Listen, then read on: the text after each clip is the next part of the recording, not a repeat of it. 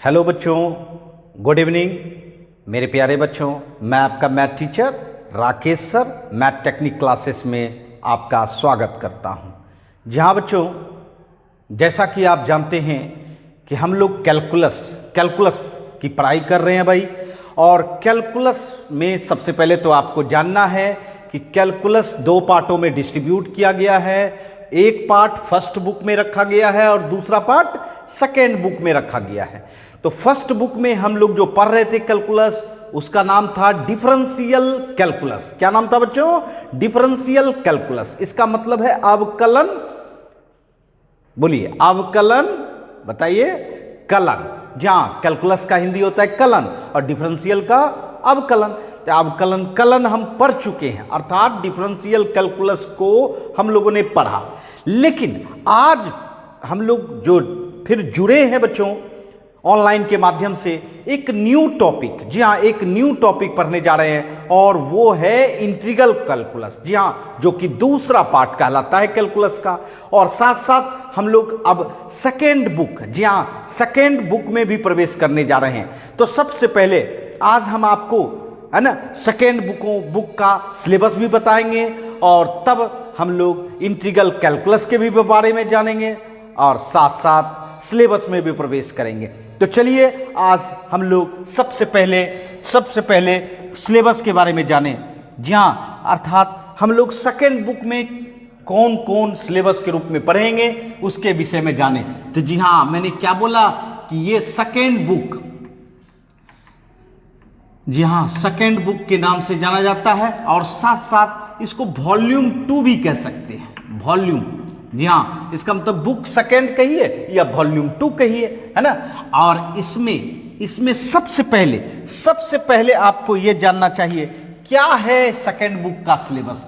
और मैं बता देना चाहता हूं काफी मजेदार सिलेबस है। जी हाँ, सिलेबस जो है इसका काफी मजेदार है और मजेदार ही नहीं, आपको मार्क्स, जी हाँ आपका जो मार्क्स है मैक्सिमम मार्क्स लाने वाला ये टॉपिक है बच्चों। जी हाँ सेकेंड बुक से। जी हाँ, तो सबसे पहले मैं बता देना चाहता हूं पहला टॉपिक जो इसमें है बच्चों, पहला टॉपिक वो है आपका, क्या है वो? इंटीग्रेशन है बच्चों। इंटीग्रेशन पहला टॉपिक। और यह टॉपिक इंटीग्रल कैलकुलस। जी हाँ, सबसे पहले ये भी जान लें कि हम लोग क्या स्टार्ट कर रहे हैं, इंटीग्रल कैलकुलस। इंटीग्रल कैलकुलस में ये सबसे पहले हम लोगों को इंटीग्रेशन पढ़ना है। और इंटीग्रेशन में जानिए, इंटीग्रेशन में आपको दो पार्ट पढ़नी है। पहला इंडिफिनिट इंटीग्रेशन, जी हाँ इंडिफिनिट इंटीग्रेशन, है ना। और दूसरा पार्ट पढ़नी है डेफिनिट इंटीग्रेशन। जी हाँ डेफिनिट इंटीग्रेशन। कहने का सेंस है कि हम लोग जो सेकेंड बुक स्टार्ट किए उसमें सबसे पहले कैलकुलस का सेकेंड पार्ट क्या चल रहा है, इंटीग्रल कैलकुलस। काहे कि डिफरेंशियल कैलकुलस हम लोग पढ़ चुके हैं।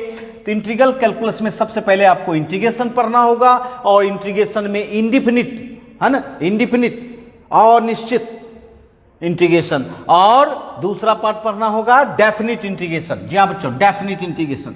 उसके बाद इस इंटीग्रेशन का यूज भी सिखाएंगे। पहले तो इंटीग्रेशन निकालने के लिए सिखाएंगे और उसके बाद उसका प्रयोग भी सिखाएंगे, एप्लीकेशन भी सिखाएंगे। जहां बच्चों, अर्थात एप्लीकेशन में आता है बच्चों सबसे पहले इसका properties of definite integration. Properties of definite integration, जहां बच्चों प्रॉपर्टीज ऑफ डेफिनिट इंटीग्रेशन का मतलब होता है जो आपने इंटीग्रेशन, डेफिनिट इंटीग्रेशन पढ़ा बच्चों, है ना, उसमें बहुत सारे गुण होते हैं। उस गुणों का इस्तेमाल करके आपको प्रॉब्लम बनाने का सिखाएंगे कि प्रॉब्लम बना सकते हैं उसके गुण का यूज करते हुए, है ना।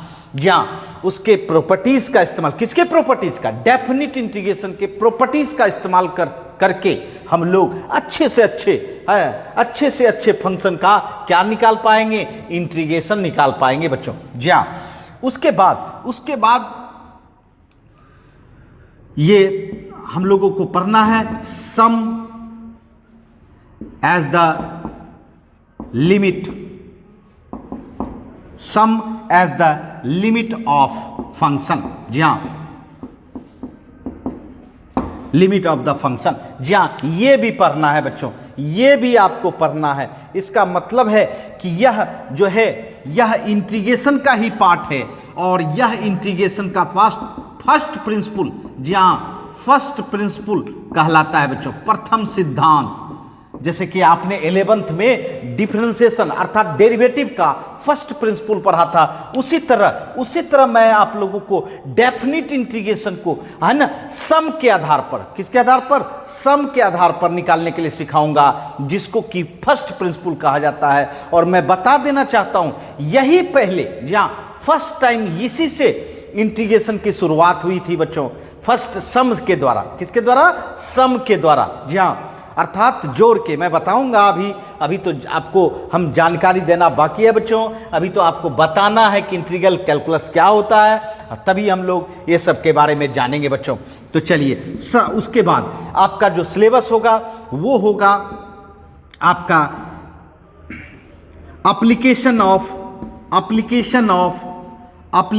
ऑफ इंटीग्रल, डेफिनिट इंटीग्रल कहिए, है ना, क्योंकि डेफिनिट इंटीग्रल का ज्यादा इस्तेमाल है, एप्लीकेशन ऑफ डेफिनिट इंटीग्रल। और मैं बता देना चाहता हूं, इसी को हम लोग एरिया बाउंडेड बाय कर्व भी कहते हैं बच्चों, एरिया बाउंडेड बाय कर्व। क्या कहते हैं, एरिया बाउंडेड बाय कर्व, मतलब कर्व के द्वारा जो बाउंडेड रीजन होगा उस रीजन का एरिया किसके द्वारा, तो डेफिनिट इंटीग्रल। जी हाँ, एक तरह से डेफिनिट इंटीग्रल का यूज है बच्चों। जी हाँ, एप्लीकेशन मतलब क्या होता है, यूज होता है बच्चों। जी हाँ, उसके बाद इंटीग्रल कैलकुलस का लास्ट टॉपिक होगा डिफरेंशियल इक्वेशन। क्या होगा बच्चों, डिफरेंशियल इक्वेशन। जी हाँ बच्चों, इक्वेशन मतलब समीकरण। आपने इक्वेशन कई रूपों में देखा होगा, जैसे अलजेब्रा में देखा होगा अलजेब्रिक इक्वेशन, और अलजेब्रिक इक्वेशन में देखा होगा linear equation, quadratic equation, cubic equation, है ना। उसके बाद ट्रिगोमेट्री में भी देखा होगा ट्रिगोमेट्रिकल इक्वेशन। उसी तरह कैलकुलस भी, जहां कैलकुलस भी अपना इक्वेशन बनाती है, जिसको कि क्या नाम दिया गया, डिफरेंशियल इक्वेशन, है ना, अवकलन समीकरण। और मैं ये भी बता देना चाहता हूं, जिस तरह से आप लीनियर इक्वेशन का सॉल्यूशन प्राप्त करते हो, क्वाड्रेटिक इक्वेशन का सॉल्यूशन प्राप्त करते हो, उसी तरह मैं आपको यहां कैलकुलस का जो इक्वेशन है, दैट मींस डिफरेंशियल इक्वेशन, इसका भी सॉल्यूशन निकालने के लिए सिखाऊंगा बच्चों। इसीलिए मैं टॉपिक में ये भी लिख दूं, differential equation and its solution. जी बच्चों, अर्थात डिफरेंशियल इक्वेशन को पहचानने के लिए तो सीखेंगे, क्योंकि हमारे सामने नया इक्वेशन आ रहा है, नया समीकरण आ रहा है ना। और उसके बाद हम इसका क्या करेंगे, सॉल्यूशन भी निकालने के लिए सीखेंगे बच्चों। तो जी हाँ, ये आपका इंटीग्रल कैलकुलस है, जो सेकेंड पार्ट है कैलकुलस का, है ना। जी हाँ, उसके बाद आपको और सिलेबस जाननी है बच्चों, और आपको पढ़नी है बच्चों, और वो क्या है उसके बारे में जानेंगे। सबसे पहले इसका शॉर्ट स्क्रीन लें, फिर हम लोग नेक्स्ट सिलेबस के बारे में जानेंगे बच्चों।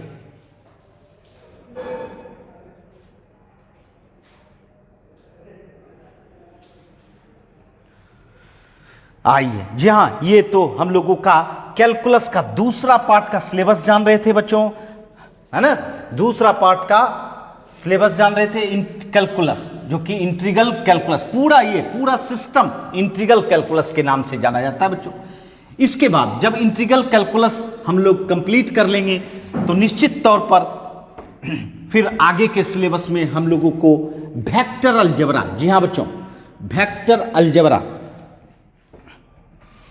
अब हमारा जो नेक्स्ट टॉपिक होगा इंटीग्रल कैलकुलस के बाद, जी हाँ, पढ़ने के बाद, हाँ, नेक्स्ट टॉपिक होगा वेक्टर अलजेब्रा। जी हाँ, फिजिक्स में तो नाम सुना ही होगा वेक्टर का, लेकिन यहां जो है वेक्टर को हम लोग अलजेब्रा बना देंगे। अर्थात जिस तरह से आप अलजेब्रा में ऑपरेशन करते हो, addition, subtraction, multiplication and division, उसी तरह बिल्कुल आसान बना देंगे मैथमेटिक्स के द्वारा वेक्टर का ऑपरेशन करना बच्चों।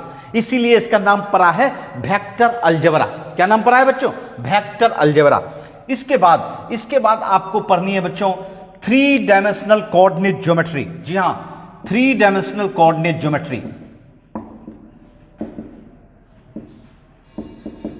3 डायमेंशनल कोऑर्डिनेट ज्योमेट्री, इसको आप लोग 3D भी कहते थे। क्या कहते थे? 3D। जी हां बच्चों, कहने का सेंस है 3 dimensional coordinate geometry. 3 dimensional coordinate geometry 3D के नाम से जाना जाता है बच्चों। जी हां, आपने 11th में 2D पढ़ा होगा।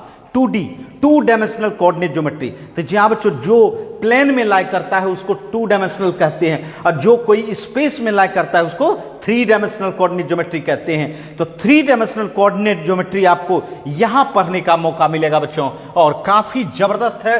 और साथ साथ मैं ये भी बता देना चाहता हूं कि वेक्टर अलजेब्रा के हेल्प से ही 3 डायमेंशनल कोऑर्डिनेट ज्योमेट्री को हम लोग आसानी से पढ़ लेते हैं। तो निश्चित तौर पर इन दोनों के कॉम्बिनेशन से हमारे एग्जाम में 17 मार्क्स, जी हां, अप्रोक्स 17 मार्क्स का है ना पूछा जाता है प्रॉब्लम बच्चों, क्योंकि ये दोनों मिक्स प्रॉब्लम होते हैं बच्चों। वेक्टर अलजेब्रा के ही यूज से 3 डायमेंशनल कोऑर्डिनेट ज्योमेट्री को जाना जाता है बच्चों। उसके बाद आपको जाननी है प्रोबेबिलिटी। जी हां, प्रोबेबिलिटी, जी हां, प्रायिकता। जी हां, अर्थात कहने का सेंस है कि प्रोबेबिलिटी तो आप 10th क्लास से ही जान रहे हो, बट 10th क्लास में लोअर कंसेप्ट के रूप में जानते थे बच्चों, छोटे मोटे कंसेप्ट के रूप में जानते थे। बट 12th में आपको बिल्कुल हायर कंसेप्ट के रूप में जानना है प्रोबेबिलिटी, और बहुत ही जबरदस्त सब कंसेप्ट मिलेगा प्रोबेबिलिटी में आपको। जी हां, उसके बाद आपको जो है जाननी है linear programming problem, LPP, linear problem. जी हां, इतना बड़ा नाम लेने में आप परेशान हो जाइएगा, इसीलिए इसको शॉर्ट कर लीजिए, LPPP। लेकिन भले नाम बड़ा है लेकिन काम बड़ा नहीं है ना, और आपको मार्क्स जरूर बढ़ा देगा, है ना, क्योंकि इससे जब भी आपके एग्जामिनेशन में प्रॉब्लम आती है ना, प्रॉब्लम आती है, निश्चित तौर पर वह प्रॉब्लम बड़ा प्रॉब्लम होता है, अर्थात 5 मार्क्स का प्रॉब्लम, हाईएस्ट मार्क्स का प्रॉब्लम रहता है बच्चों LPP से। और ये ग्राफ के द्वारा, जहां यह ऐसे एक्चुअल में कंप्यूटर का पार्ट है, कंप्यूटर का, बट इसको मैथमेटिक्स में लाके बिल्कुल आसान कर दिया, क्योंकि LPP एक ऐसा टॉपिक है जिसको कि हर क्षेत्र में इस्तेमाल किया गया है बच्चों, हर क्षेत्र में। तो चलिए मैं आपको इसके विषय में भी बताऊंगा, जी हाँ, बारी बारी से बताऊंगा। ये आपका LPP है ना, ये आपका LPP है। तो ये आपका जो है सेकेंड बुक में, जी हाँ, आज जो डिस्कशन हो रही है पूरा सिलेबस सेकेंड बुक में जो हम लोग को पढ़नी है, वो सभी सिलेबस के विषय में मैं आपको जानकारी दे रहा हूं बच्चों। तो ये आपका सिलेबस है ना। बट आज जो मैं आपको स्टार्ट करने जा रहा हूं वो क्या है? Integral calculus. जी हाँ बच्चों, इंटीग्रल कैलकुलस। तो ये सब सिलेबस के विषय में जाननी थी बच्चों, तो जल्दी से इसका स्क्रीनशॉट लें, फिर हम लोग आगे बढ़ते हैं, है ना।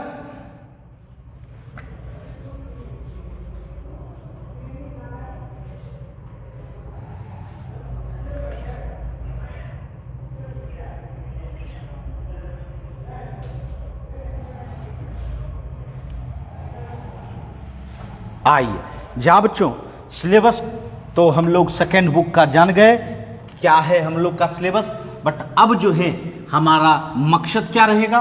तो सबसे पहले कैलकुलस के दूसरे पार्ट में हम लोग प्रवेश करें, दूसरे पार्ट में।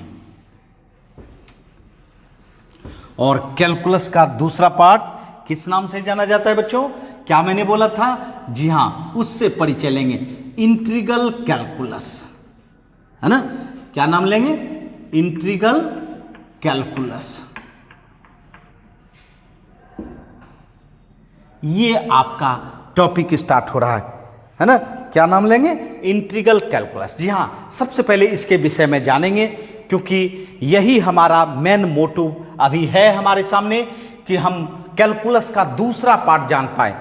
जी हाँ बच्चों, पहला पार्ट क्या था, डिफरेंशियल कैलकुलेशन, जो फर्स्ट बुक में हम लोगों ने पढ़ा था, और अब जो है सेकेंड बुक में सबसे पहले कैलकुलस में क्या पढ़ने जा रहे हैं, इंटीग्रल कैलकुलस। जहां बच्चों इंटीग्रल कैलकुलस है क्या चीज, सबसे पहले तो यह समझना होगा। तो जी हां बच्चों, देखिए इंटीग्रल कैलकुलस एक्चुअल में आता है एस समीशन वर्ड से, और समीशन वर्ड आपने अलजेब्रा में भी यूज किया होगा। समीशन दैट मीन्स सम होता है, और सम मतलब जोड़ होता है। जी हाँ बच्चों, तो आप सोच रहे होंगे किस चीज का जोड़ करना है, क्या है जोड़ने के लिए। तो जी हाँ बच्चों, मैं बता देना चाहता हूं कि जोड़ने के लिए क्या है। सबसे पहले आपको हम ग्राफ से समझाना चाहेंगे। जहां सपोज कीजिए आपके पास एक फंक्शन है, सपोज कर लीजिए आपके पास एक फंक्शन है, और उस फंक्शन का आपने ग्राफ ऐसा ड्रॉ किया, ठीक है। ये फंक्शन है y = fx, है ना, y = fx, और इसका पाथ हुआ ये, मेरी बात समझिएगा, ये फंक्शन है, इसका पाथ हुआ ये ग्राफ का मतलब क्या होता है, फंक्शन जिस रास्ते चलती है वही रास्ता क्या कहलाता है, किसी फंक्शन का ग्राफ कहलाता है ना। जहां किसी फंक्शन का ग्राफ कहलाता है। उसके बाद आपको पता है फंक्शन में दो चीज होते हैं, एक इनपुट, दूसरा आउटपुट। मैं बार बार रिपीट करता हूं, इनपुट मतलब डोमेन और आउटपुट मतलब रेंज। और यह भी जान ले कि ग्राफ में एक्स एक्सिस पर जहां इनपुट रहता है और वाई एक्सिस पर क्या होता है बच्चों, आउटपुट रहता है। जी हां, किसी भी फंक्शन का अगर आप ग्राफ ड्रॉ कर रहे हैं तो एक चीज याद रखें, इनपुट हमेशा एक्स एक्सिस पर और आउटपुट हमेशा वाई एक्सिस पर। ये मैंने ग्राफ ड्रॉ किया, अर्थात फंक्शन का ये पाथ है। अब ये बताना चाहते हैं, ये जानना चाहते हैं यह किस तरह का फिगर है, और अगर हम कहें इसका हमको एरिया निकालना है, बताओ इसका हमको एरिया निकालना है, एरिया या क्षेत्रफल निकालना है, तो जब आप जब कोई ज्योमेट्रिकल फिगर पहचानोगे तभी ना एरिया निकाल पाओगे, क्या लगता है यह जो फिगर है, यह जो है, क्या कोई ज्योमेट्रिकल फिगर नाम दे सकते हो आप, क्या यह ट्रायंगल जैसा लगता है। और मैं ये कह दूं, सपोज कीजिए यहां से आपको x = a से x = b तक ही, क्योंकि ग्राफ का तो अंत है नहीं, है ना, जहां कहां जाएगा ये अंत नहीं है। हमने एक बाउंडेड रीजन बना दिया, x = a to x = b, है ना। अब देखिए ध्यान दीजिएगा, एक तो ग्राफ बाउंडेड किया, फंक्शन का जो ग्राफ है वो बाउंडेड किया, दूसरा एक्स एक्सिस बाउंडेड किया, और तीसरा ये दोनों line x = a and x = b।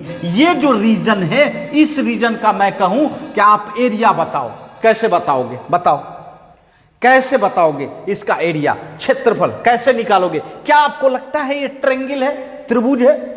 और अगर ट्रायंगल रहता तब तो हमारे पास ज्योमेट्रिकल रिजल्ट है।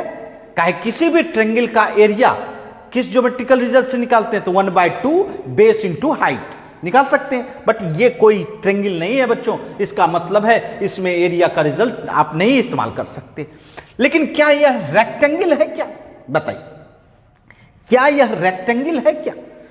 नहीं, बिल्कुल नहीं, यह रेक्टेंगल भी नहीं है। अगर रेक्टेंगल होता तो भी हमारे पास ज्योमेट्रिकल रिजल्ट होता कि भाई रेक्टेंगल, आयत का एरिया क्या होता है, L × B, है ना, इसके आधार पर हम लोग एरिया निकाल लेते।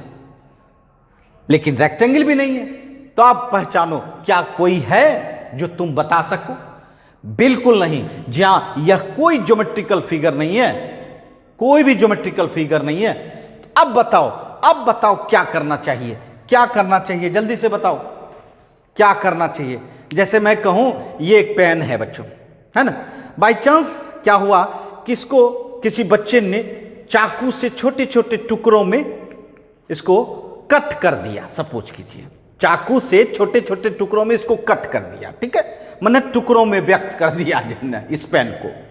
अब ये बताइए, अगर मुझे क्लास लेनी है और मेरे पास, है ना, मेरे पास पैसे भी नहीं है, और मैं मार्केट भी नहीं जा सकता। बताइए, तो इस पेन का यूज हम कैसे कर लेंगे क्लास में? बताइए, जल्दी से बताइए। तो निश्चित तौर पर हर टुकड़ा को क्या करेंगे? जोड़ने का, है ना, जोड़ने का प्रयास करेंगे और जोड़ेंगे तो यह फिर पेन तैयार हो सकता है कि नहीं? बिल्कुल हो सकता है ना, क्योंकि टुकड़ा वही है, टुकड़ा वही है, सिर्फ उसको क्लोज करने की जरूरत है। उसी तरह जब आपके पास है ना, ये कोई ज्योमेट्रिकल फिगर नहीं है, कोई भी ज्योमेट्रिकल रिजल्ट इस्तेमाल नहीं हो रहा है, तो आप क्या करो? एरिया निकालने के लिए आप इसको टुकड़ों में व्यक्त करो। जी हाँ, बिल्कुल टुकड़ों में व्यक्त करो। ये देखिए, बिल्कुल पतला टुकड़ा बनाना है, थीन टुकड़ा बनाना है। ये देखिए, छोटे छोटे टुकड़ों में।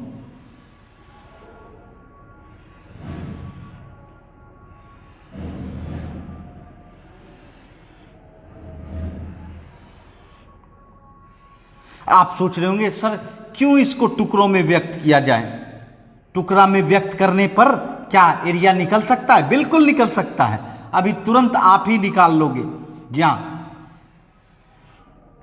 ये देखिए, टुकड़ों में व्यक्त किया।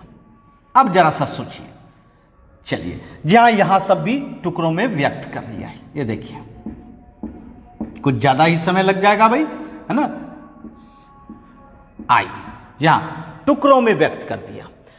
अब एक बात तो ध्यान देना है, इस एरिया को इतना माने पतला, बिल्कुल थीन टुकड़ा बनाना है जिससे कि ये जो देख रहे हो कर्व, ये जो कर्व देख रहे हो, ये बिल्कुल ही कर्व दिखाई नहीं पड़े, और यह कर्व कैसा हो जाए? बिल्कुल इस तरह से स्मूथ।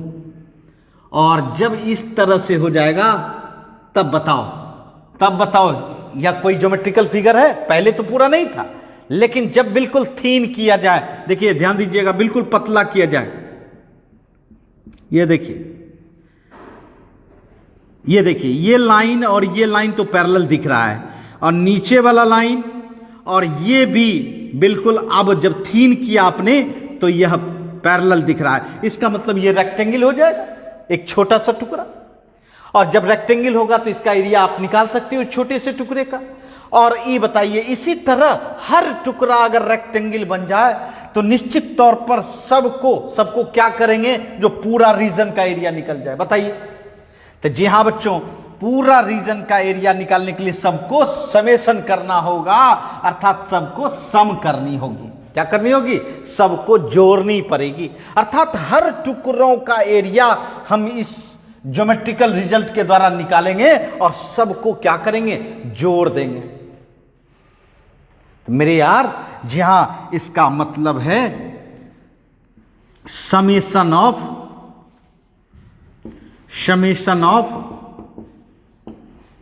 है ना, summation of area bounded by curve. जी हां, summation of area bounded by curve, है ना। जितना बाउंडेड है एरिया, वह सब एरिया को हम लोगों ने जोड़ दिया, और यही जो एरिया बनेगा, इसी एरिया का नाम दिया जाता है क्या? Integral calculus. जी हाँ बच्चों, अर्थात इंटीग्रेशन fx dx। ये सिंबल है बच्चों इंटीग्रेशन का, ये सिंबल है इंटीग्रेशन का। और मैं बता देना चाहता हूं, ध्यान दीजिएगा, ये सिंबल इंटीग्रेशन का कैसे बना। अब देखिए, समेशन का पहला लेटर एस है और सम का भी पहला लेटर एस है, और इस एस को अगर बड़ा कर दें तो क्या हो जाता है? इंटीग्रेशन का साइन। जी हाँ बच्चों, इंटीग्रेशन का साइन, ये देखिए, और यह result he summation of area of bounded by curve. मेरी बात समझ रहे है ना? बाउंडेड बाय कर्व, अर्थात कर्व के द्वारा जो बाउंडेड रीजन है उसका एरिया निकालने के लिए हर टुकड़ों को जोड़ना पड़ा, और जोड़ के जो एरिया निकला वह एरिया इस रूप में, किस रूप में? इंटीग्रल कैलकुलस के रूप में दे दिया गया। समझ रहे हैं मेरी बात? जी हां, और मैं ये भी बता दूं, यह जो है जर्मन मैथमेटिशियन थे GW लेमनीज, है ना, GW लेमनीज, इन्होंने ही इंटीग्रल कैलकुलस तैयार किया बच्चों। और ये भी बता दूं, ये भी बता दूं 1646 टू 1716 इस इंटरवल में इंटीग्रल कैलकुलस को तैयार किया गया। और इस इंटीग्रल कैलकुलस का बहुत बड़े स्तर में इस्तेमाल होता है, जैसे फिजिक्स वगैरह में, जहाँ फिजिक्स में, केमिस्ट्री में, है ना, जहाँ फिजिक्स एंड केमिस्ट्री में काफ़ी इस्तेमाल होता है। जितना भी आप डेरिवेशन, बड़े से बड़े डेरिवेशन करते हो फिजिक्स एंड केमिस्ट्री में, सभी में, है ना, इस इंटीग्रल कैलकुलस का इस्तेमाल किया जाता है बच्चों। समझ रहे मेरी बात? जी हाँ। तो मैंने समझाने का प्रयास किया क्या है इंटीग्रल कैलकुलस। जी हाँ बच्चों, अर्थात पूरा पूरा पूरा सिस्टम जो हम लोग कैलकुलस का पढ़ेंगे वह निश्चित तौर पर इंटीग्रेशन पर बेस्ड होगा। और वह इंटीग्रेशन बेस्ड जो है, इसी का तो नाम पड़ा है इंटीग्रल कैलकुलस, है ना। तो चलिए इसका जल्दी से स्क्रीनशॉट लें, फिर और आगे हम समझाने का प्रयास करें।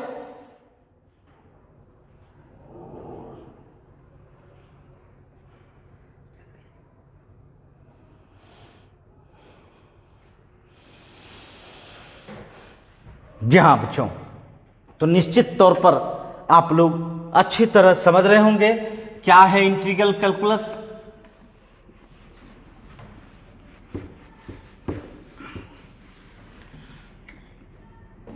तो इंटीग्रल कैलकुलस में आपने क्या देखा कि सबसे पहले जहां इंटीग्रेशन वर्ड आता है बच्चों, जी हाँ, और इंटीग्रेशन वर्ड से ही शुरुआत होती है। ये देखिए इंटीग्रल कैलकुलस में सबसे पहले इंटीग्रेशन, जी हाँ, इंटीग्रेशन अर्थात इसको समाकलन कहते हैं। हिंदी में क्या कहते हैं? समाकलन। जी हाँ, ये देखिए अब सबसे पहले इंटीग्रेशन से परिचय लें, है ना। इंटीग्रेशन क्या है?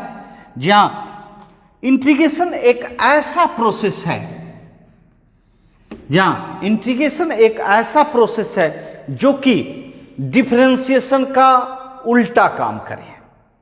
समझिएगा, अर्थात आपने जो फर्स्ट बुक में या फर्स्ट पार्ट में, कैलकुलस के फर्स्ट पार्ट डिफरेंशियल कैलकुलस में डिफरेंशिएशन किया होगा, जहां डिफरेंशिएशन किया होगा, उसका just opposite, just inverse process ही कहलाता है इंटीग्रेशन। जी हाँ, जस्ट प्रोसेस, जस्ट रिवर्स। इसका मतलब हुआ बच्चों कि इंटीग्रेशन में हम लोग ये कह सकते हैं कि इनवर्स प्रोसेस ऑफ डिफरेंशिएशन।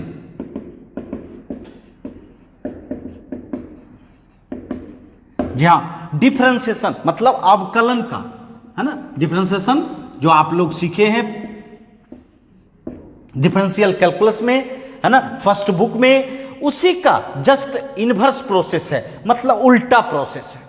माने जो काम आप डिफरेंशिएशन में करते थे, जस्ट अपोजिट काम आप किस में करोगे? इंटीग्रेशन में करोगे। और इसीलिए इसका नाम, इंटीग्रेशन का एक नाम दिया जाता है एंटी डेरिवेटिव।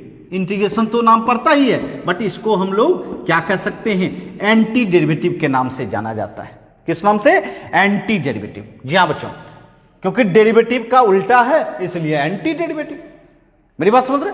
जी हाँ। तो चलिए मैं आपको और बताना चाहा, देखिए सबसे पहले मैं बताना चाहता हूं, आप एक फंक्शन को कंसीडर करो, कैपिटल एफ एक्स। ठीक, एक फंक्शन कंसीडर किए।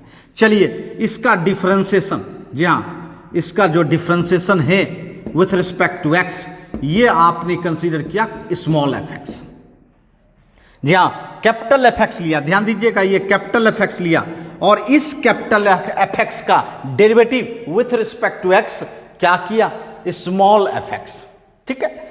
अब मैं आपको बताना चाहूंगा,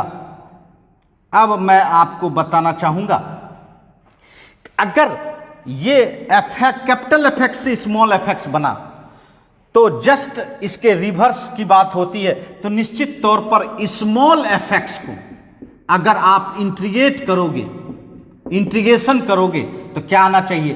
कैपिटल एफ एक्स आना चाहिए। आना चाहिए कि नहीं आना चाहिए? क्योंकि जस्ट रिवर्स होना चाहिए। ये देखिए, ये एफ एक्स को आपने डेरिवेटिव किया तो स्मॉल एफ एक्स आया, और स्मॉल एफ एक्स को इंटीग्रेट कीजिएगा तो कैपिटल एफ एक्स होगा, क्योंकि इसका जस्ट रिवर्स होता है भाई, है ना। इसीलिए बच्चों एफ एक्स जो है वह क्या कहलाएगा? इंटीग्रल ऑफ किसका? Small F x. इस स्मॉल एफ एक्स का वह इंटीग्रल पार्ट हुआ। Small F x, capital F x जो है वह स्मॉल एफ एक्स का क्या हुआ? इंटीग्रल पार्ट हुआ बच्चों। ठीक है, समझ रहे मेरी बात? जी हाँ बच्चों। अब देखिए, और मैं कुछ बताना चाहता हूं बच्चों। अगर आप कैपिटल एफ एक्स और इसमें एक कांस्टेंट जोड़ दीजिए।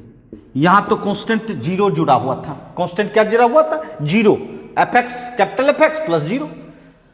यहां वन जोड़िए। बताइए, वन जोड़ने के बाद इसका डेरिवेटिव क्या होगा? बताइए। तो कैपिटल एफ एक्स का तो स्मॉल एफ एक्स होता है, और वन का डेरिवेटिव, कांस्टेंट का डेरिवेटिव जीरो होता है।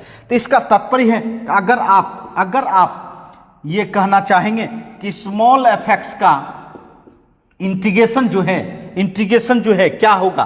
Capital F x plus one. आराम से कह सकते हैं, capital F x plus one. ठीक है, इसी तरह अगर हम capital F x plus two लें, इमेजिन करना है, इसका भी स्मॉल एफ एक्स, तो इसका मतलब है कि स्मॉल एफ एक्स का अगर एंटी डेरिवेटिव करना चाहें तो वह क्या होगा? Capital F x plus two. कुछ समझ में आ रही है मैं क्या कहना चाह रहा हूं? जी हां बच्चों, कैपिटल एफ एक्स अकेला था, इसके साथ कोई कांस्टेंट नहीं था, तो भी डेरिवेटिव स्मॉल एफ एक्स है ना। उसके बाद अगर capital F x plus one किया, उसका भी डेरिवेटिव आपका स्मॉल एफ एक्स है, और capital F x plus two किया, उसका भी डेरिवेटिव आपका क्या आया? स्मॉल एफ एक्स आया। जरा सोचिए। और इंटीग्रेशन में क्या हुआ? स्मॉल एफ एक्स का इंटीग्रेशन कैपिटल एफ एक्स हुआ, स्मॉल एफ एक्स का integration capital F x plus one हुआ, स्मॉल एफ एक्स का integration capital F x plus two. तो कहने का सेंस है कि वन, टू या कोई भी कांस्टेंट, क्या कांस्टेंट जुड़ा हुआ है ये मुझे पता नहीं। इसीलिए बच्चों, जब इंटीग्रेशन हम लोग करते हैं, इंटीग्रेशन अगर किसी का भी करते हैं बच्चों, तो इसके साथ कैपिटल एफ एक्स तो देंगे, प्लस एक कांस्टेंट जोड़ देते हैं। जी हाँ, ध्यान दीजिएगा, प्लस ये कांस्टेंट जोड़ देते हैं। क्यों जोड़े? ये देखिए, आपके सामने ये सवाल है। आपका प्लस जीरो जुड़ा हुआ था कैपिटल एफ एक्स, और प्लस वन जुड़ा, तो डेरिवेटिव तो वही हुआ एफ एक्स, और इसीलिए इंटीग्रेशन किया तो capital F x plus one, फिर टू जुड़ा, डेरिवेटिव स्मॉल एफ एक्स। इसलिए इसी स्मॉल एफ एक्स का इंटीग्रल जो है मुझे पता नहीं रहता है कि उसमें कांस्टेंट, जी हाँ ये पता रहेगा कि कैपिटल एफ एक्स क्या होगा, बट उसका कांस्टेंट मुझे पता नहीं होता है। इसीलिए हमेशा एक अननोन कांस्टेंट दिया जाता है, जिसको आर्बिट्री कांस्टेंट कहते हैं। और मैं बता देना चाहता हूं, इस कांस्टेंट का नाम होता है इंटीग्रेशन कांस्टेंट। क्या कहेंगे? Integration constant. जहां तो जब भी आप किसी भी फंक्शन का डेरिवेटिव करेंगे, तो उसमें आपको क्या देना चाहिए? तो कैपिटल एफ एक्स प्लस सी देना चाहिए। मेरी बात समझ रहे हैं? जी हाँ, कैपिटल एफ एक्स प्लस सी। तो मैंने इस एग्जाम्पल से आपको समझाने का प्रयास किया कि जब भी आप किसी फंक्शन का इंटीग्रेशन करो, तो उसके साथ आपको इंटीग्रेशन के साथ क्या ये इंटीग्रल फंक्शन हुआ, और इंटीग्रेशन के साथ आपको इंटीग्रेशन कांस्टेंट देना चाहिए। क्योंकि यहां दिख रहा है, कभी आपका कैपिटल एफ एक्स के साथ जीरो आया, कभी वन आया, कभी टू आया, कभी थ्री आया, कुछ भी हो सकता है, लेकिन उसका डेरिवेटिव तो वही रहता है भाई, डेरिवेटिव तो वही रहता है। इसीलिए किसी डेरिवेटिव का अगर इंटीग्रेशन करेंगे तो कैपिटल एफ एक्स तो होगा, मुझे पता रहेगा, लेकिन उसके साथ कांस्टेंट पता नहीं रहेगा, इसीलिए अननोन कांस्टेंट के रूप में हम लोग दे देते हैं। कोई एग्जैक्ट वैल्यू पता नहीं है, इसीलिए सी दिया जाता है, और जिसको कि हम लोग किस नाम से पुकारेंगे, तो इंटीग्रेशन कांस्टेंट, है ना। तो समझ गए होंगे, है ना। ये इंटीग्रेशन, जी हाँ, इंटीग्रेशन समझाने का प्रयास किया बच्चों। तो जल्दी से इसका स्क्रीनशॉट लें, फिर आगे बढ़ते हैं हम लोग।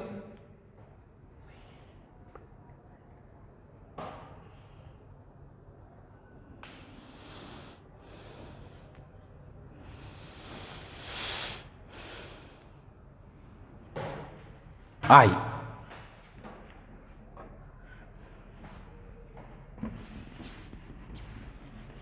जहां अभी तक हम लोग इंटीग्रेशन को समझ रहे थे, बट अब इंटीग्रेशन में यह भी समझना है कि इंटीग्रेशन को दो पार्ट में डिस्ट्रीब्यूट किया गया है। जी हां, इसको भी बांट दिया गया है, वो जानना है बच्चों।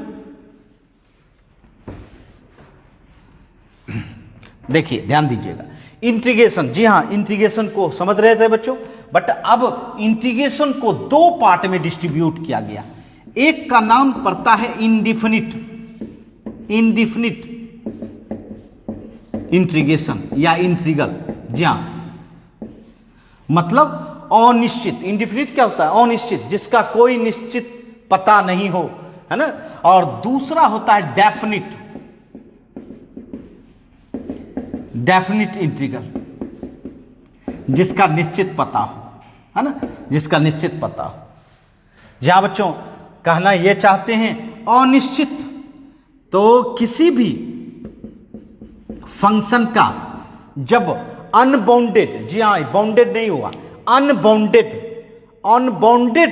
रीजन तक आपको एरिया निकालना हो, तो उसका रिजल्ट क्या होगा? इंडिफिनिट ही होगा।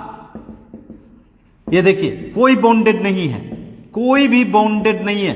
बाउंडेड रहता तो इस एस का जो लोअर एंड अपर है उसको बांध दिया जाता। और मैं बता देना चाहता हूं, जी हाँ, फिगर से समझिए। ये देखिए, आपको पता है कि किसी भी फंक्शन का जो ग्राफ होता है वो निश्चित नहीं होता है, अनिश्चित होता है।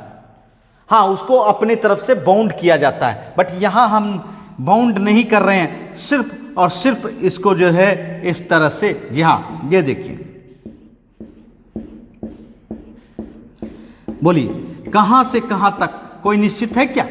नहीं है। ये पूरा रीजन चलते रहता है, इसीलिए इंडिफिनिट रिजल्ट देता है बच्चों, अनिश्चित रिजल्ट देता है, इसीलिए यह कहलाएगा इंडिफिनिट इंटीग्रल। जहां इंडिफिनिट इंटीग्रेशन कर सकते हैं, इंडिफिनिट इंटीग्रल कर सकते हैं। और डेफिनिट में क्या होता है भाई? डेफिनिट में क्या होता है? ये देखिए, सब कुछ तो वही था, सिर्फ बाउंड कर दिया गया। लोअर लिमिट ए दिया गया, ये लोअर लिमिट, नीचे वाले को लोअर लिमिट कहते हैं और ऊपर वाले को अपर लिमिट कहते हैं। अर्थात ये कहने का सेंस है कि ये एक्स जो है वेरी कर रहा है फ्रॉम ए टू बी। यहां एक्स वेरी कर रहा था, कहां से कहां तक कोई निश्चित पता नहीं था, क्योंकि ये तो वेरिएबल है। और यहां ये पता चल गया कि एक्स वेरी कहां से कहां तक कर रहा है, भाई एक्स वेरी कर रहा है फ्रॉम ए टू बी। तो इसका रिजल्ट जो है डेफिनिट होता है, निश्चित होता है। और जब रिजल्ट निश्चित होगा तो निश्चित तौर पर इसको क्या, किस नाम से पुकारा जाएगा भाई? डिफिनिट, है ना। जब आपके पास, है ना, थोड़ा पैसा हो, है ना, फिक्स पैसा हो, तो निश्चित उसको क्या कहेंगे? डेफिनिट। और अनिश्चित पैसा हो, इनडिफिनिट मनी हो, तो क्या कहेंगे बच्चों? इनडिफिनिट। जी हाँ, और मैं ग्राफ से भी समझाना चाहूंगा। जी हाँ, ये देखिए, ये ग्राफ खींचा y = fx, और इसमें बाउंड कर दिया गया x = a to x = b तक ही मुझे एरिया चाहिए। तो निश्चित तौर पर इसी एरिया को टुकड़ों में व्यक्त करेगा। तो यह जो रीजन हुआ एक डिफिनिट एरिया देने वाला है ना। और यहां क्या था?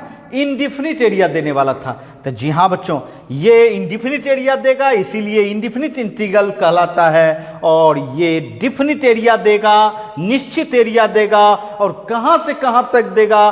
तो फ्रॉम ए टू बी देगा, इसीलिए यह डिफिनिट एरिया, डिफिनिट इंटीग्रल कहलाएगा, है ना। तो जी हाँ बच्चों, ये इंटीग्रेशन का पार्ट है और इसको हमको बारी बारी से पढ़नी होगी। अर्थात मैं अब जो क्लास लूँगा, मैं आपको जो पढ़ाऊँगा वह इंडेफिनिट इंटीग्रल पढ़ाऊँगा और फिर इसको पढ़ने के बाद हम लोग डेफिनिट इंटीग्रल में प्रवेश करेंगे बच्चों, है ना। तो आज तो हम लोगों का बिल्कुल इंटीग्रल कैलकुलस का क्या था बताइए, इंटीग्रल कैलकुलस का इंट्रोडक्शन था, अर्थात जानकारी ले रहे थे क्या होता है इंटीग्रल कैलकुलस, है ना। तो चलिए, बहुत खुशी हुई कि सभी बच्चे जुड़े इस माध्यम के द्वारा। जहाँ बच्चों और शुरुआत करें, है ना। तो चलिए फिर मिलेंगे नेक्स्ट क्लास में। बाय बच्चों।